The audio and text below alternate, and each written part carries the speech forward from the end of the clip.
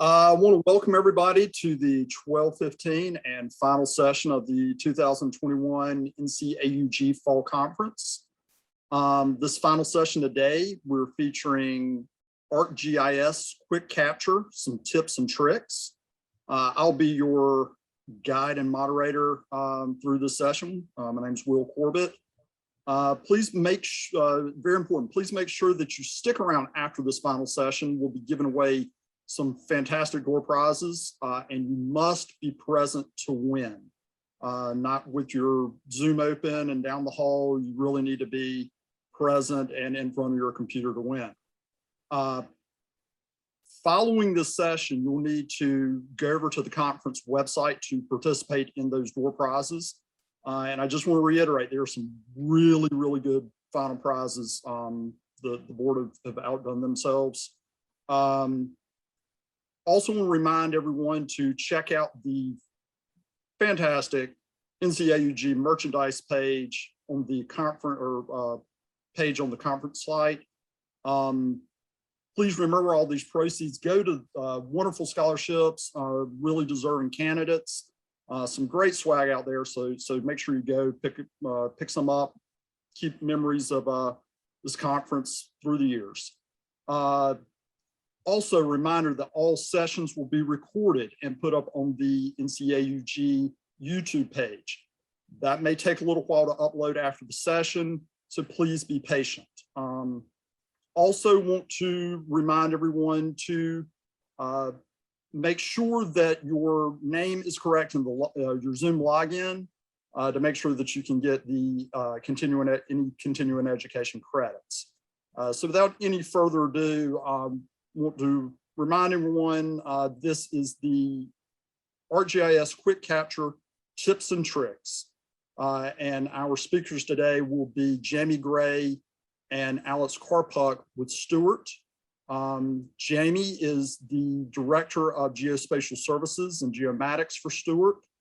Jamey is a professional land surveyor in the states of North Carolina, South Carolina, and Tennessee. He is a GIS professional with 17 years of surveying experience and 12 years of GIS experience.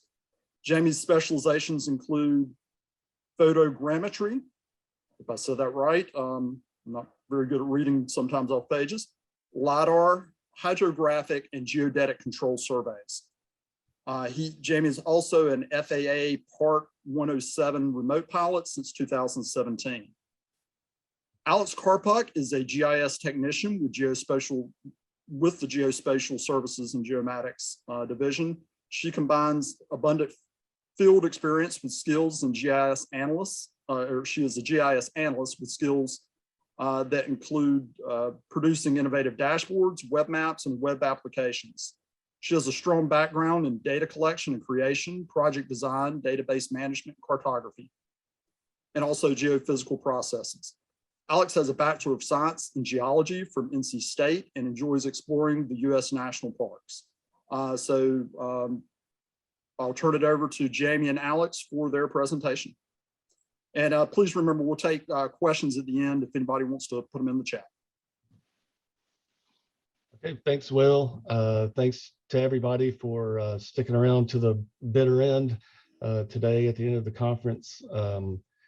You either really want to know about QuickCapture or you're really wanting to know about what the door prizes are afterwards, but we'll take you either way. But so we're going to do a presentation about centered around QuickCapture for ArcGIS. And the goal here is to share some, some real life in the field type of applications and some of the newer features with it to just try to, inspire people to maybe have ideas on how they could use it in their organization in whichever way. So it's a really powerful and simple application, and you can do a lot with it. So what we're going to do is, let's get my slide. Yep. So we're just going to give a brief overview of what QuickCapture is for those folks who might not be familiar with the platform, or maybe heard of it but don't really know too much about it. And then we're going to focus on some applications using oriented imagery that's captured with the QuickCapture app. We're also going to talk about a attachment viewer feature that could be really helpful for sort of organizing and displaying your photographs in particular. And then we're going to talk about a pretty powerful application called Webhooks that you can use to integrate through QuickCapture and capture some data, fill out your form. Once you submit it, you can send it to multiple people through email, text message, social media, what have you. So we're gonna talk about that a little bit. I'm definitely excited about that capability that we'll share. So anyway, Alex is going to get us started with a brief overview of QuickCapture. Hey everyone, so yeah, like Jamie said, just a quick rundown for anyone that might not be familiar with the QuickCapture app. ESRI calls it the app for rapid data collection, and its purpose is to quickly record field observations. And there are numerous project templates that you can choose from, or you can create your own from scratch to fit your needs. But in this slide and throughout the presentation, we chose to use the photo inspection theme as an example, where the inspector can choose the order of importance for their observation. So for example, high, moderate, low, and no issue. And all of that data gets translated back to the office when all of the images are submitted through the project. And speaking of that, field users are able to send data directly to the office and almost immediately, and even in a moving vehicle, but not if you're the driver, of course. But this is great for field crews because it really cuts down on the time having to stop and get out of the car or truck and go out and have to take a picture of the object. Instead, they can just drive past the object if they have a lot of things they have to document and take pictures of. The passenger can do that while the vehicle is still moving, and it'll capture all of the information that's needed. And the QuickCapture app is integrated with ArcGIS, so new field data can easily be used for better decision making in the office. And with that, I'm going to turn it back over to Jamie to discuss our first QuickCapture tip, which is oriented imagery. All right. This is something that's kind of new to me, but I got excited about it as soon as I saw it. It's an ability to take multiple photographs or panoramic photographs or video. You can capture this kind of imagery with lots of different cameras, and there's some functionality inside your smartphone, for an example, if you have the GPS turned on, and then you also have a simple IMU or a compass, all that metadata gets recorded in with your pictures. So kind of what you're seeing down here in this animation, we have this picture down here that was taken pretty wide range or pretty wide range of view on there, but you can use this little widget up here to bring up your photograph, and you can start panning it around. And they've got another picture taken over here where you can hop over to this picture and look at this same point down here from a different angle. So it's just a really cool experience of kind of having more of like a street view interactive kind of thing within within your Arc Pro project, or I'm pretty sure it just works in Arc Pro, but I could be wrong. You might be able to use this oriented photo viewer on your smartphone as well.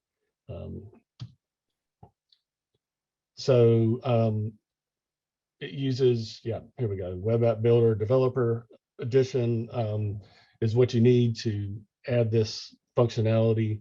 And then in Pro, you have to create an oriented imagery catalog, and there's several resources online. And at the end of the presentation, we've got a list of links that we use to kind of put a lot of this stuff together that could be useful if people wanted to dig a little bit deeper into it. And this is another animation of what it looks like in Pro.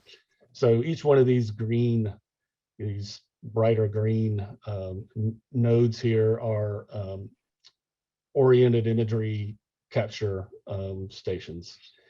So this thing's just going to start over, but what you can do is set a point of interest right here, that little red dot, and then you can start using this guy right here to move around, and it's basically going to limit you to the cameras that you can use all around here to focus on that one point of interest from different angles.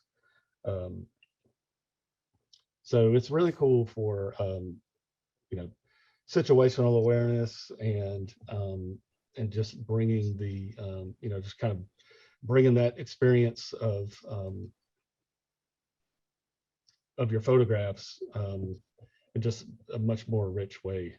I'll let this run one more time because you can see this same area of interest, this point, it actually plots it into the individual photographs as well. So you can kind of keep up with, where that spot is from all these different angles. It's kind of zooming in on it right there. So anyway, it's really cool functionality, and just like a little bit of, how it works is I mentioned before that, one thing you have to have is your horizontal location of your exposure station. The latitude and longitude gets tagged with your GPS and your smartphone for that. But then you also have to have your orientation information. You have to have your heading and your pitch and roll, and those are familiar with photogrammetry or any kind of data collection that relies on having that orientation information. Will be familiar with kind of what's going on behind the scenes. It's based off of just some fundamental photogrammetry principles, but you have to have a certain amount of information to be able to recreate a scene like this using photographs. So those are kind of the default settings that get initiated when you're using QuickCapture to collect these oriented images. And but there, you can put some additional features in there too if you wanted to know the image depth or the device used, how fast you were going, if you were in a moving vehicle, for example, and the horizontal accuracy. Those are all options that can be turned on to where that metadata gets hard coded in to the photographs and the the features themselves. Just a few benefits to this oriented imagery. Yes, you're able to visualize your photos geographically, which is a lot different than kind of the old-fashioned way of just going through a photo deck and maybe looking at something on the other screen like Google Earth and trying to figure out, okay, well, this looks like this picture was taken over here because I can see this stuff in it, but it makes it a lot more, kind of efficient to get yourself around, and also it's just a better experience. Quickly know if you have photos of existing features. That's where the the field of view comes into play. You can look at that field of view, that orientation, just to make sure what your point of interest is in that envelope for the image capture. No overhead to field users while providing additional field data. So that's kind of the beauty of the QuickCapture app in so many ways, is that it's so simple. It's so easy to deploy and use for just some really useful tasks. So there's you're not really going to see much startup time to get going with this stuff, or learning curves, with your field collection out doing the work. So definitely good advantages there. And then Alex is going to talk about the attachment viewer feature and some of the ways that we've been using it on some recent projects. All right, thanks, Jamie. Yeah, so the attachment viewer allows the user to navigate through their online web map and easily explore all of their feature attachments for a specific layer. And currently you can only use this attachment viewer in the web app builder, but it could potentially start being used, potentially in Pro, but today it's only online if you have a web map and you can incorporate that into the web app builder. Next slide, please. Thank you. So yeah, Jamie and I have worked on several projects at Stewart that require our field crews to, collect field photos, photo inspections, etc. And today we are going to look at a project that we completed out in Durham, North Carolina, and we're going to use it to compare sort of the old-fashioned way of viewing the attachments versus the new way with the attachment viewer. So first you would go to your web map and you would zoom to a feature that you'd like to see the attachments for, say this manhole right here. And Jamie, if you could click next a couple of times. Awesome, thanks. And so you'd click on, say, the manhole that you're looking for, and the pop-up would come up, and you see in the bottom of that pop-up, those are the links for the attachments. And you are able to make it so you can actually see the attachments in the pop-up, but they're still very small. And if you wanted to see, the details of the attachment, you'd still have to click on it to enlarge it. And Jamie, if you click, I think 1 or 2 more times. Thank you. Yeah. And so if you click one of those attachment links, your attachment pops up in a whole separate tab. So unfortunately, you cannot look at the attachment and the feature attributes simultaneously. The next slide. But with the attachment viewer, it's a little bit different. So based on your map extent, the side panel on the left will actually adjust to only display features that are in that field of view. So if you were to zoom into a specific area, the side panel images would only show the attachments for features in that area. And Jamie, if you could click, I think once or twice, there you go. Now, and you can click any of the images on the side panel. And what's really nice is that you can actually look at the attachments simultaneously with the feature attributes. And if there's multiple attachments for one feature, you're able to click the arrows and scan through those while simultaneously looking at the attributes. Next slide. And so there's definitely some benefits for incorporating the attachment viewer. You can browse feature by feature. You can incorporate images, videos, and PDFs as your attachments. And if you're looking for an image-centric display to add to your project, attachment viewer is definitely the way to go. I know from personal experience, if the client is very interested in the attachments and the field photos, then this has been a great addition to the web map and our deliverables. So definitely look for that if you're looking to incorporate some image-centric display. And I'll pass it off to Jamie for the webhooks. All right, before we do that, I actually have a question for you, Alex, on this. I can't remember. So this, this photo view with the attributes under there, when you clicked on this picture, can you click on individual features in the plan view or the web map and it would pull up the same thing for that feature, or do you pick them all from the side? Yeah, you pick them all from the side. So if you were to click it, I'm pretty sure a pop-up would, it would still pop up just like a regular web map. But if you want to look at it how we're viewing it now, you'd pick one of the side panel images and it would display how it is. Yeah, okay. All right, good. Okay.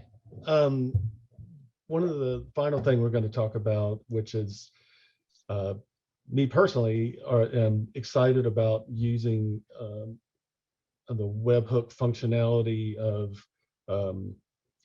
QuickCapture to really help communicate issues that come up into the field with the right people right away. So we do a lot of sewer and stormwater inventory work, and there's all sorts of issues that come up. There's manholes are bolted shut, or catch basin is full of dirt, or whatever. I mean, I can list off 100 little things like that can happen that prevent us from doing our job 100%. So we have to document those areas and let people know, whether it's for maintenance or just kind of giving a, hey, heads up, we weren't able to survey this particular feature because of this reason. And in the past, what we've done is we set up a web map that's kind of a real-time tracking map, but we also have some symbology for features that we had trouble with for one reason or another that get changed to their own special color.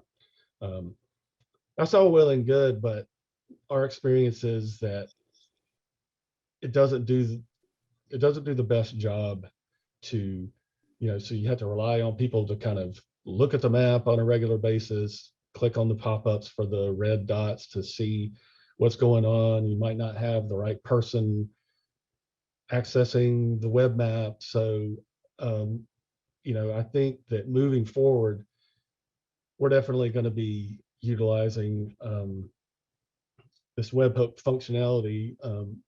If for nothing else, it's just the documentation of conditions out there that are keeping us from being able to do our job. So what a webhook is, it's kind of like a listening device on your database, to where it's kind of listening for a new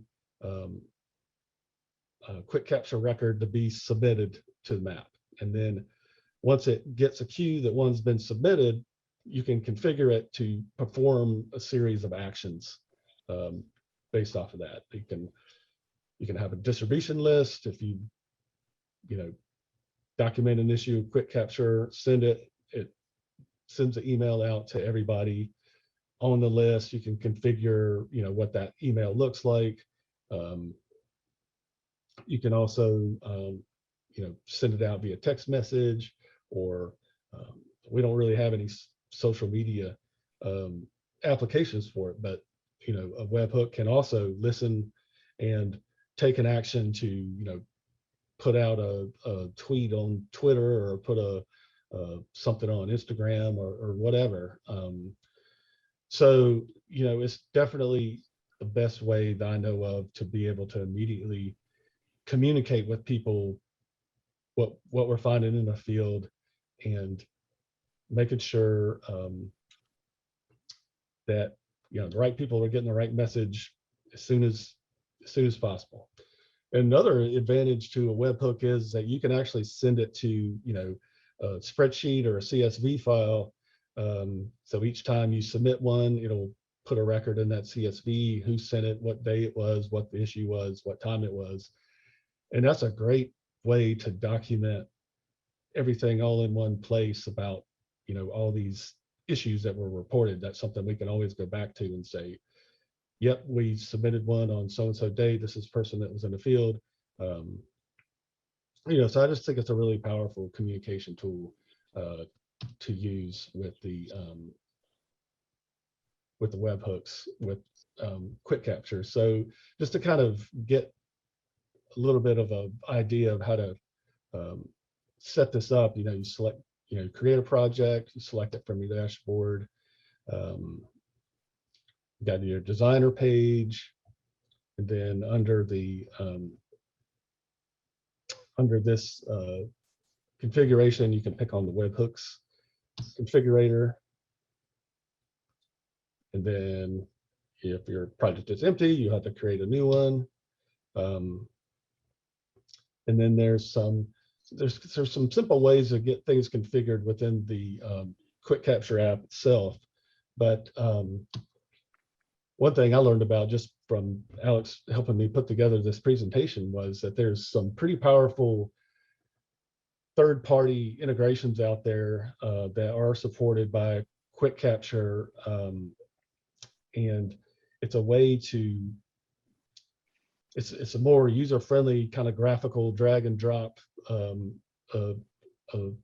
series of actions that you want to have happen once you hit somebody hits send on a survey. So one, there's Integromat. That's I think ESRI has a video about using that with QuickCapture, but from what I saw, I mean, that's got dozens and dozens of integrations with all kinds of stuff. I have no idea, what the cost is for it, but if you're kind of new to it and you don't really, you're not the kind of person who wants to get behind the scenes and do all the tagging and coding and everything, I would definitely recommend, one of these platforms to really help you step through the process and get something that, is going to work for everybody. So Alex is going to kind of, she'll kind of summarize us here, and we'll share some links on a slide that'll be available with the presentation if you guys want to look at it later. And then if we have time, we'll be able to answer any questions from the chat. So take it away, Alex. All right, so just to quickly wrap up, Oriented Imagery allows users to experience 2D and 3D interaction between field photos and map location. You can easily browse all feature attachments with the attachment viewer through Web App Builder, and integrating webhooks into your QuickCapture project can majorly cut down on work on the office end, and it helps avoid confusion and field data getting lost in the day-to-day shuffle. Next slide. And like Jamie said, here's those links if you want to do some further reading and dive a little deeper into the QuickCapture world. We've included these resources for you guys to check out. So that's it from us. Thank you for coming to our presentation on QuickCapture tips and tricks. And here's our contact information. Please feel free to reach out to us and connect. We'd love to hear from you guys. And yeah, if you have any questions, we'll take them in the chat. Thanks, Jamie and Alex. Or do we have any questions? I don't see any in the chat right now, but this is a opportunity to ask. There's also an exit poll going up. So does anyone have any questions for Jamie or Alex on QuickCapture? See, Jackie and Eric both say great presentations, as does Kevin Edwards. Dale says thank you, and so does Sharon. Thank you, guys. I think that'll wrap us up. For anyone, because it looks like we had a pretty good big crowd. Make sure you stick around for the final door prizes. You'll want to log back into the NCAUG web main page for that. Thanks again to Jamie and Alex for a really good presentation and some informative stuff there. And I hope everybody enjoys the last little bit of conference. All right, thanks everybody. Good luck with the door prizes. Yep, fingers crossed.